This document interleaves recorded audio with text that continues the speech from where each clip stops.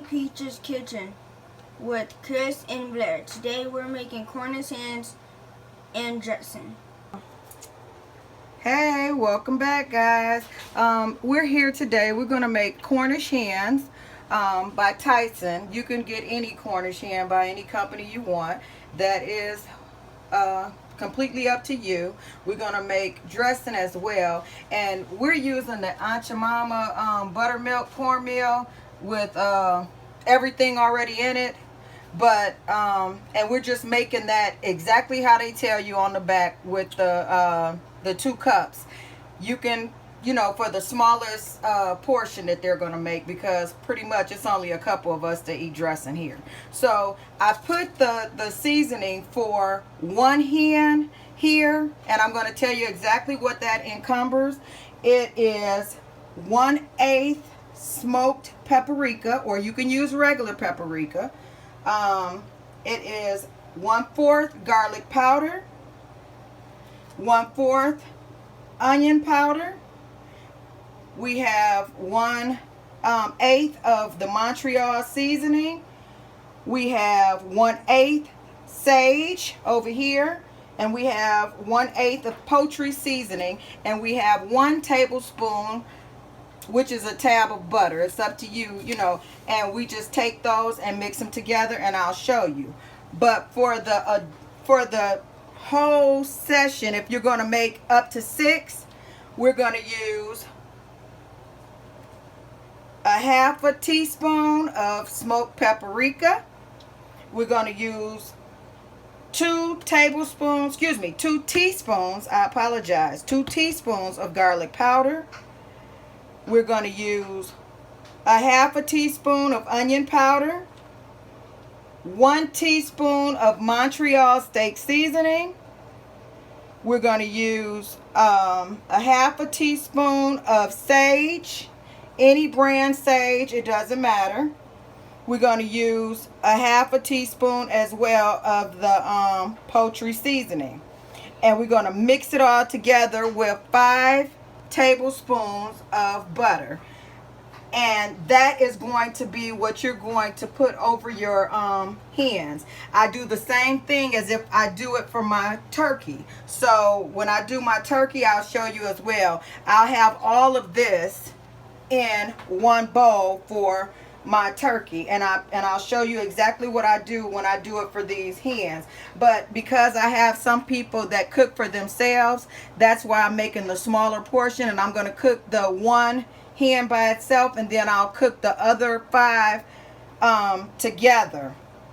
But again, as far as the dressing part, you go ahead and put in the oven your smaller portion of cornmeal and your cornbread for that, and then you'll come back. But I'm going to put these seasonings in the description area, so you can always go back and refer back to that, and we'll be back. Okay, we're going to take all of these seasonings here, and we're going to pour it over together and mix it really well, so that every bit of this is in the mixed in with the butter. So when you take it and put it up under the breast, you'll have it all together. Our Cornish hens today will be glazed with orange marmalade, so that's going to be a treat. I'm going to leave 1 unglazed, because some people, you just don't have to put the glaze on it. I mean, or just do it like this and skip that last session of the mixture. But you see the color of this? That's exactly what I want you to do. Put it on top of and inside of the breast when you open the hen up. That's all you do. And then we're going to do the same for this. We're going to mix all of the stuff in here together. All of the seasoning here together. You just mix it together.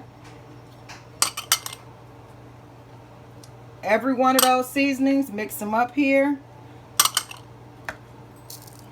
And the seasoning salt, you see it here, because we're going to use it, but we're just going to put it on the top. We're not going to put it all the way through it, because we don't want it to be too salty. The Montreal steak seasoning. Now, if you don't want to use the Montreal steak seasoning, or you don't have it, you can you can not use it and just use pepper. I just like the seasonings that they have in there. And again, you just make sure that everything is mixed up here together. I'm trying to do this so people want to do it for Thanksgiving or they want to do it for Christmas. We love them here, but you know, if you don't want to cook a whole turkey, or you just, you know, a small amount of people at your house and you guys want some hen, or you want a chicken, I mean, you know, do the same thing, you know. Depending on the size of the chicken, you can just cut these seasoning sizes in half for the whole amount. Just cut it in half, you know. And guys, thank y'all so much for 128, I think, subscribers. That is great. Shout out to everybody. Yeah, my grandkids were so excited when I came in today and told them about the new cooking group, and that several of you had joined. And I told one of the ladies, I said, thank you for joining. I said, my grandsons are going to do their little subscriber dance. So when this is over, they're going to show you their little dance that they do when they get finished doing the taste tester at the end. But you see that color? That's a beautiful color, and that texture of it, that is so beautiful. Make sure that your butter is room temperature when you do this, so that it'll move much easier. We don't want it melted. We just want it room temperature. So we'll be back. We're going to go in for the cleaning, and then go ahead and season our hens. Okay, so guys, we're going to take the hen out of the wrapping, and then we're going to take each hen, open it up, and get the ice out. What I usually do for my hens is I stick it in the refrigerator 2 days before so it can thaw out properly. Or you can take it out the day of and just, you know, sit it out, but sit it on something so it doesn't leak all over your counter or anything. Make sure you put it in a container that can catch any of the water or whatever is on there. But you go inside just as you would if you were cleaning a chicken or a turkey, and make sure it's nothing on each side, because sometimes it'll come with gizzards and stuff, but this one does not. I purchased them without. But I really do like using the gizzards and stuff to make sure that I can boil them and then use the stuff for my dressing. I've already pre-cleaned these. I'm just coming back across them since we're here. However, when we get ready to go ahead and dress them up to put them in, we'll come back and show you after I finish rinsing these off. Okay guys, here I just take the chicken breast and I pull it back a little bit, just like the hen breast, and I pull it back just like you would if you were doing the like I would if I'm doing a chicken or if I'm doing my turkey. I do the same thing. I pull this back and I get up in the breast so that it'll be real juicy, and I take my butter marinade and I stick it in there. And I stick it all the way in there, and then I push it back so that everything will be seasoned. That whole breast will be seasoned. And then I take it on the outside and I rub it up real good. And I get the front and the back of it. This is the single. And you just make sure that you cover it. Pull back a little bit, Chris. Excuse me, sir. I need you to get me in there. And then you take the whole hen and you cover it very good, the front and the back and the inside. My grandson, I don't think he's too keen on meat like that, the insides of the meat and stuff, but he gonna have to get used to it because this was his idea. But remember I was telling you about the part about me not having the putting the Lowry seasoning salt on the inside. It's because what I do is, 1 second, gotta wash my hands, don't want to touch my stuff with these hands after touching that. You come back and you just drizzle the top with it. You don't put a whole bunch of it because it's enough with that. You just drizzle the top, and then you can go around the back and do the same, just a little bit. You don't have to put too much, but you make sure it's enough so that it's seasoned good. And that's it for that. And then I'm going to go ahead and I'm going to season the rest of them with the other. And they're right here. So I'm going to re-show you what I did. Here's my seasoning for the rest of them right here. And so I'm going to open this up, stick my fingers through here, and get that open so that I can make sure that the whole inside of it is covered. So you have where the whole inside of it will be good and juicy. I do my turkeys and my chickens the same way. I make sure that I have enough to cover the inside of it. We actually stick our fingers in there, rub it all around, and do the outsides. Can you make sure you get up a little bit so we can make sure they can see the whole thing? So you see it's, excuse me, I'm sorry. So you see it's some in here. You make sure it's in the back. You see when I push it, you can see it moving around in there. That makes sure that you have, and I put foil at the bottom of my pan so it can catch all of the juices and stuff. And then for each one, you put the marinade, our pasty marinade, you put it all over it, front, back, everything. Now I'm going to put this in the oven on 350. I have my cornbread in there. It's supposed to be on 400, but I was trying to hurry and do it. So I didn't want the oven to be too hot when I go in and put the Cornish hens in. So what we're going to do is, we got that one done, and when I get all of them done, I'm going to come back and talk with you for a second. Seasoning salt is put on at the end, and you just drizzle it on. You don't put a whole bunch on. You don't want this to be too salty. The other seasoning is enough seasoning for it. It's just to, you know, have a little color and to have it on the top.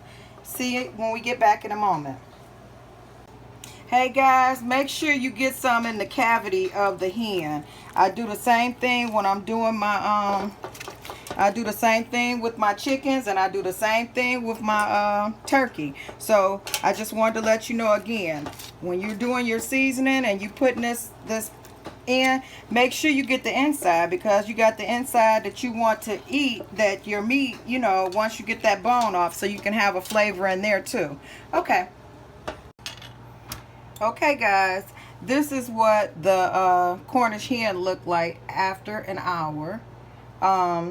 We're gonna put the glaze on it. I think that hour is good enough for the one that was to itself, but the ones that's in there with more than one in there, because they're a little close together, I'm going to give them a little more time. You can actually take the spoon and take your drizzle the butter sauce that you have in here over the whole thing. Sorry about the noise. But you could take that, drizzle it over there. And I'm going to get ready to get the size of the marmalade. I use Smucker's Sweet Orange Marmalade, but I actually take some of this and a little more sugar, about for each one of them. I take about a teaspoon of sugar to mix in with the marmalade, and I take 2 tablespoons of orange marmalade and a little of the juice that's here, and I mix it up and I cook it over the stove because it's enough butter in the pan. So I'll show you what I'm talking about, and I'll be right back with you. Okay guys, I got 2 tablespoons of the orange marmalade, and put that over in there. I got a little bit of sugar, a teaspoon of sugar, which I probably don't need the whole thing, but I usually do it in bigger portions. I take that whole orange marmalade because I need to, and then I took 2 tablespoons of the butter sauce that's left from there with the hen broth, and I mix it in together, and then I just take it, mix it in real good, because what I usually do is I do a bigger portion. I just take the whole thing of the orange marmalade. I don't break it up. But for you all, because it's, you know, you're trying to get an idea of what's going on, I just wanted to do something for you guys to show you pretty much what I do. And I mix this up, and then I put it over the stove for a few minutes and just let it heat up so that it can go on, and then I stick it uncovered back in the oven for about 15 minutes. We'll be right back. Okay, so that was less than a minute that I had to put it on the stove. I just needed it to get to this consistency where it's just like a glaze, and I take it and I drizzle it over. And when I put it in the stove uncovered, because you have to have it uncovered for it to have a good color to it. You don't want it to be a white hen. You want it to have some color. That's why I said 15 minutes. But pretty much that's it. You just put as much as you think you might need. You might not need that whole amount. But I just wanted to give you some kind of idea of what I was talking about. You see the drizzle is on everything. And you're going to put it uncovered in the stove. And we're going to go from there. And I'll show you what it looks like at that point. And we'll be right back. Okay guys, the hen has been in the oven uncovered for about 20 minutes, and I don't know how it looks to you, but it looks good to me. I'm gonna let the kids do a taste tester and we're gonna go from there. I just wanted you to see what it looks like in its entirety. I took some of the juice that was in the broth that was in the back. I had took that off before I stuck it in and just left just enough, but this is what it looks like, and it is going to be really good. Okay guys, we're back with the taste tester. These two goofballs right here. Oh, they doing a subscriber dance. That's your subscriber dance, goofballs. Okay, so we back with the taste tester for the Cornish hens with the orange marmalade sauce. How does it taste, guys? Good. It's good? Come on, Blair Bear. Let me get a good smile and big old taste tester look. Okay, Chris, tell me what you got. Good. 100%. Okay, Mommy, what you got? Chicken marmalade orange. You like it? Very good. What's your rating on it? Oh, okay, Blair, what you say? Out of 10. Is that the thumbs up? Okay. You got your dance going on? All right, guys. What do I do? Okay, what you guys want the people to do? Like and subscribe. What you say? Like and subscribe. And thank you guys so much. Okay. Thank you. Thank you, Bye. everybody.